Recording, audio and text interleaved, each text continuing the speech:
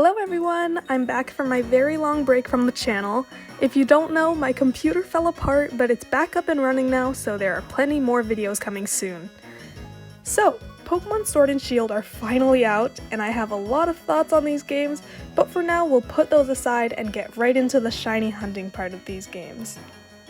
First off, I'm sure most of you are aware, but in case you don't know, the starters that you receive at the beginning of the game are shiny locked. However, you can still get their shiny forms through breeding, and as always, the Masuda method is still a shiny hunting method in Sword and Shield. If you don't know what the Masuda method is, I'll use my shiny Sobble as an example. I bred my normal Sobble with a Wingull from Japan. Basically, your shiny odds are increased if you breed a Pokemon with one from a different region. It doesn't matter what region as long as there is some sort of indication that the Pokemon is not from your region. And it doesn't matter what Pokemon it is besides having the same egg group as your Pokemon. Using the Masuda method, the odds of finding a shiny are 1 in 682. Now on to the new shiny hunting method in these games. This method is basically just defeating the same Pokemon several times in a row, making a chain that increases the shiny odds. We've seen methods like this before in the form of the Pokeradar in Gen 4 and Gen 6, Fish Chaining in Gen 6, the Dexnab in the Hoenn remakes, and catch combos in Let's Go. However, this new method is a bit more complex than the previous ones. There are two important parts of chaining in Sword and Shield.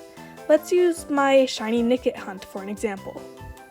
You need to know the number of Nickits you've defeated on your game, and the number of Nickits you have defeated in a row without any interruptions. The number of Nickits you've defeated in a row helps in determining the odds of getting any bonus rolls, and the number of Nickits you've ever defeated in your game determines how many bonus rolls you would get, and it also affects the odds of getting any bonus rolls as well. Your best odds will be once you've defeated 25 or more Nickits in a row, and have defeated 500 or more of them in your game. In that situation, each Nickit has a 33% chance of having 6 bonus rolls, which means the odds would be 7 in 4096 instead of 1 in 4096. There are some obvious things that will break a chain, and some things that could possibly break a chain. Obviously, defeating a different Pokemon than your target will break your chain. It's safe to say that catching a different Pokemon will also break the chain. Quitting the game likely breaks the chain as well, since that is the case for Pokeradar chains and catch combos. What you can do while hunting is leave to heal your Pokemon if they run out of moves or they're dying, and run away from a Pokemon. So, encountering the wrong Pokemon won't break your chain, and even if you break a chain, you've still added to your battle counter, so you'll still be increasing the number of bonus rolls you get. Now, if you haven't heard already, there is a new kind of shiny Pokemon in this game. Many are calling them Ultra Shinies, and so am I. Ultra Shinies have the same color scheme as any other shiny. The only difference is the sparkles that appear when you encounter the shiny or let one out into battle. Square-shaped sparkles indicate that the Pokemon is an Ultra Shiny. When you encounter a shiny, there is a 1 in 16 chance that it'll have those sparkles. Otherwise, it'll have sparkles with stars. This means the odds of encountering an Ultra Shiny are around 1 in 65,000. However, at the time that I'm recording this, there seems to be a programming quirk in the game.